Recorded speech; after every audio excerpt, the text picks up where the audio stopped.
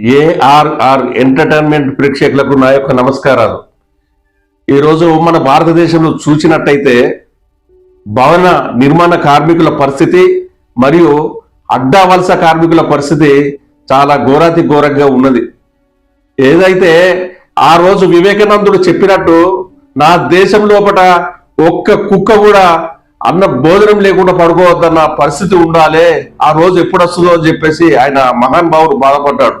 స్వతంత్రం వచ్చి నేటికి కూడా ఈ రోజు చూసినట్టయితే ఆకలి కేకలు కూడా ఇక్కడ జరుగుతున్నాయి. ఆకలి ఫుడ్ లేక కూడా చనిపోయే పేద ప్రజలు ఉన్నారు మన భారతదేశం లోపల. వాళ్ళందరూ బాగుపడ్డప్పుడే మన దేశం బాగుపడుతుందని చెప్పేసి నేను గంటపడ్డగా చెప్తున్నాను. ఆ రోజు మనం కరోనా సమయంలో చూసినట్టయితే వందల మంది వేలాది వేల మంది రోడ్లెంబడి కాలి నడకన కొన్ని మైళ్ళ దూరం నడుచుకుంటూ అన్నం లేక నీరు లేక ఎంతో బాధ అవస్థలు గుడ్డలు లేక కూడా చాలా అవస్థలు పడ్డారు.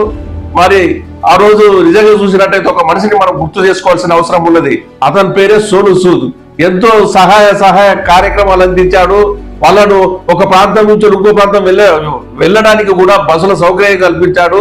నిజంగా అతను ఒక్కడే కాదు, అతని లాంటి చాలా మంది కూడా ఆ కార్మికుల శ్రేయస్సు కోసం కష్టపడ్డవారు, ఊరు కూడా పెట్టిన వాళ్ళు కూడా ఉన్నారు. నేటికి మళ్ళీ రిపీట్ అయ్యే అటువంటి పరిస్థితులు ఏదైనా వైరస్లు వచ్చినట్టుంటే వాళ్ళ పరిస్థితులు ఏందో మనం అర్థం చేసుకోవచ్చు. ఇక్కడ ఏదైతే మన భారతదేశంలో అన్ని కులాలకు వర్గాలకు మతాలకు భిన్నత్వంలో ఏకత్వం. హైదరాబాద్ నగరం చూసినట్టయితే ఈ అడ్డా కూలీలకు ఒక నిలయం లాగా అయిపోయింది. పాపం ఈ యొక్క హైదరాబాద్ నగరంలో మురికి కాలువలు, పాడుపడ్డ ఇండ్లు, అక్కడక్కడ వీళ్ళు చాలిన వసతులతోటి వాళ్ళ జీవితాలు దుర్భరంగా ఎల్లదీస్తున్నారు. నిజంగా ఇక్కడ పనిచేసే మహిళలను అయితే లైంగిక వేధింపులు కూడా పాపం ఆ భవన నిర్మాణ కార్మికులకు వెంటాడుతున్నాయని చెప్పొచ్చు. కోసము వలస కార్మికుల కోసము భవన నిర్మాణ ఈ కూలీల కోసము కఠినమైన చట్టాలు వాళ్ళ క్షేమ కోసం రావాలి.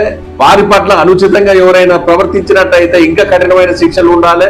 వారికి వాళ్ళ ఏమైనా ప్రమాదాలు ఏర్పడినప్పుడు కానీ వాళ్ళ పిల్లల కోసం వైద్యము, విద్య ఇవన్నీ వాళ్ళకు ఉచితంగా ఏ ప్రాంతం నుంచి వచ్చినా ఎక్కడికి వెళ్ళొచ్చినా వాళ్ళకి ఇవన్నీ ఉచితంగా ఇచ్చుకుంటూ వారికి సంక్షేమ నిధి ఏర్పాటు చేసి వారి క్షేమాన్ని చూడాలని చెప్పేసి మేము ఆ ప్రభుత్వాలను కోరుతున్నాం. అందరూ మరింత సమాచారం కోసం ఈ వీడియో పూర్తిగా చూడండి, లైక్ చేయండి, షేర్ చేయండి, నా ఈ వీడియోని సబ్స్క్రైబ్ చేయాలని చెప్పేసి కోరుతున్నాను. 21వ శతాబ్దంలో ఈ దేశపు సామాజిక, ఆర్థిక, రాజకీయ చిత్రాన్ని అంతర్గత వలసలు సమూలంగా మార్చివేస్తున్నాయి.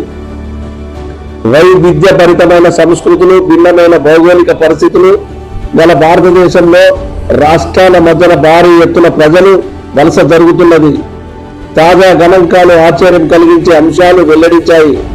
2011 జనాభా లెక్కల ప్రకారం రాష్ట్రం నుంచి రాష్ట్రానికి వలసపోయే కార్మికుల సంఖ్య 4.14 కోట్లు. కొన్ని స్వచ్ఛంద సంస్థలు, పరిశోధన సంస్థల అంచనా మేరకు 2022 నాటికి వలస కార్మికుల సంఖ్య 8 కోట్లకు చేరింది. దశాబ్దాల పాటు అనేక సమస్యలను ఎదుర్కొంటున్న వలస కార్మికులు పరిస్థితి ఇటీవల కోవిడ్ ముప్పుతో మరింత దిగజారింది. ఉపాధి కొరత, తగ్గనున్న వేతనాలు వారి దుస్థితిని మరింత దుర్భరం చేశాయి. లాక్డౌన్ తర్వాత వలస కార్మికులు వేతనాల్లో 22.6% దాకా తగ్గుదల ఉందని అంతర్జాతీయ కార్మిక సంస్థ అంచనా వేసింది. ఉపాధి ఆగిపోయి నిలువు నీడ లేకుండా కోట్లాది మంది కోవిడ్ లాక్డౌన్ సమయంలో నగరాల్లో చిక్కుకుపోయినప్పుడు వాళ్ళ పరిస్థితి ఘోరంగా ఉంది. నిస్సహాయ స్థితి స్పష్టంగా కనిపిస్తుంది. అరకొర రవాణా సౌకర్యాల వల్ల మైళ్ళ కొద్దీ పట్టు విడవకుండా వాళ్ళు చేసిన నడక ప్రయాణం వారి విషాద గాథను దేశ ప్రజల ముందుంచింది. సుసంపన్నమైన వైవిధ్యభరితమైన సంస్కృతి కలిగిన హైదరాబాద్ దేశంలోని భిన్న ప్రదేశాల వారిని ఆకర్షిస్తుంది. ఈ నగరపు ఆహార, ఆచార, భాష వైవిధ్యానికి మరింత గతశీతలనిస్తుంది. 2011 లెక్కల ప్రకారం చూస్తే హైదరాబాద్ 64.3% వలస ప్రజలున్న నగరం. తెలంగాణ భవన నిర్మాణ కార్మికులు బోర్డు లెక్కల ప్రకారం తెలంగాణలో నమోదైన కార్మికుల్లో 30% అంటే 2.11 లక్షల మంది హైదరాబాద్ లో పనిచేస్తున్నారు. వీరిలో 50% తెలంగాణ వారైతే మిగిలిన వారు ఇతర రాష్ట్రాలకు చెందిన వారు. నగరంలో మురాద్ నగర్, టోలీ చౌక్, ఎల్బీ నగర్, యూసఫ్ గూడ, గచ్చిబౌల్, విజయనగర్ ఇంకా కొన్ని ప్రాంతాలు ప్రధానంగా కార్మికుల కూడళ్లు. వీటిని వలస కార్మికుల కూలీ అడ్డాలుగా పిలుస్తారు. ప్రతిరోజు ఉదయాన్నే హైదరాబాద్ నగర వీధుల్లో సుపరిచితంగా వినిపించే మాట కూలోళ్ళు కావాలన్నా అని. టిఫిన్ బాక్సులు, పనిముట్లు పట్టుకొని పని వెతుక్కుంటూ 300 నుంచి 1000 దాకా కూలీలు ప్రజల కూలళ్లలో గుమిగూడుతున్నారు. మురికి వాడల్లో తాత్కాలికంగా వెలిసిన గుడిసెల అరకూర సదుపాయాలతో అపరిశుభ్రంగా ఉండే పరిసరాల్లో ఎక్కువ మంది వలస కార్మికులు జీవిస్తున్నారు. ఆర్థిక సామాజిక అధ్యయన కేంద్రం జరిపిన తాజా అధ్యయనం ఈ రోజు వారి వలస కూలీల పరిస్థితిని వారు ఎదుర్కొనే సవాళ్లను వెలికితీసింది.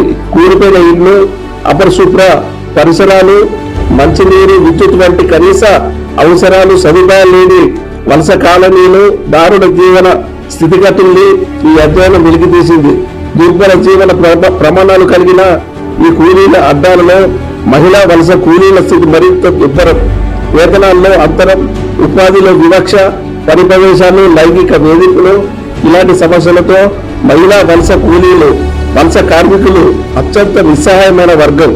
మహిళా వలస కూలీలు వారి పిల్లలతో సహా మౌలిక సదుపాయాలు లేని వల్లని కాకుండా వలసలు జరిగే క్రమంలో కూడా అనేక సమస్యల్లో చిక్కుకొని కనీస మర్యాదను కోల్పోతున్నారు అనే వాస్తవాన్ని మనం గ్రహించాలి. అధ్యయనాలు తీరపిల్లం చేశాయి కూడా. పని కోసం కార్మికులు ఒకరితో ఒకరు ఘర్షణ పడే సందర్భాలు పెరుగుతున్నాయి. దక్షిణాది వలస కార్మికులు, ప్రత్యేకించి అధికంగా తెలుగు మాట్లాడే వలస కూలీలు ఉత్తరాది వలస కూలీల నుంచి తీవ్రమైన పోటీలను ఎదుర్కొంటున్నారు.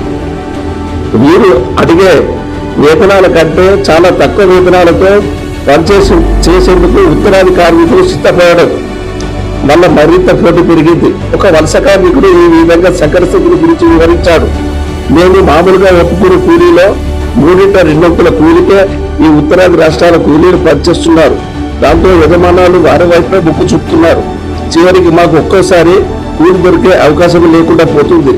ఎక్కువగా అవివాహితులైన ఉత్తరాది కార్మికులు ఒకే ఇంట్లో ఉంటూ వండుకొని తింటున్నారు కాబట్టి తక్కువ వేతనానికి ఒప్పుకోగలరు.